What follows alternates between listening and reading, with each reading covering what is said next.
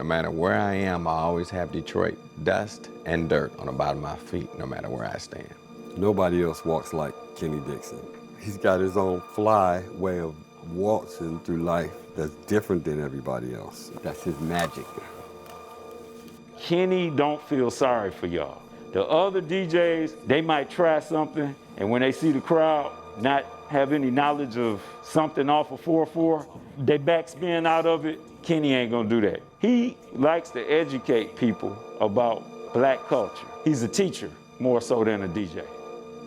But I don't go up there with no plan set. Unfortunately, I'm like your parent. I'm gonna give you what you need.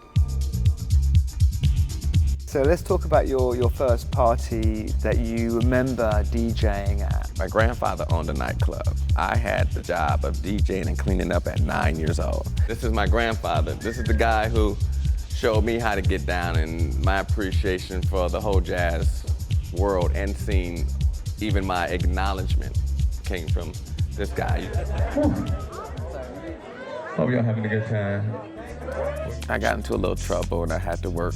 I had to get a job. One of my best friends was like, man, come on, work at Byright. Kenny probably got a lot of record knowledge just hanging out when the older DJs come in and what they selecting, and DJs talk to each other, man, what works, what don't. You either worked at Byright, you either had your music distributed at Byright, you either produced records at Byright, or you bought records from Byright. Kenny played the music, and the shit was tight, man. It was really good. Only thing was he had so much of it, but you need your own record label. And that's where Mahogani Music came in. This is where Archer Records, home base is. All the original Motown stuff was pressed here. They've been taking care of us local Detroiters for a long time. And this is where all my shit's been pressed since day one. Japan was a whole different situation. Japan are educated. It's like they have a class on black music out there. They tell me about my own shit. But around the world, it's beautiful enough that even people acknowledge me to even bring me back, which is amazing. But you've got this thing at the moment with New Era, right? So these hats that you're doing right now.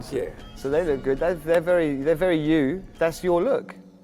It was a blessing. They called like, hey, we're interested. We thought it was a joke at first. But it was the real deal. And next thing I know, I was up in the London office, helping design some stuff that was New Era like a motherfucker. My only demand was that we use the Detroit trademark English D. I just wanted to support my city.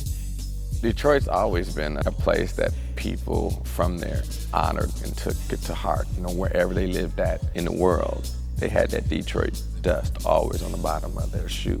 We wear that badge of honor very proudly. It's really one of the few things we have. It made me who I am today.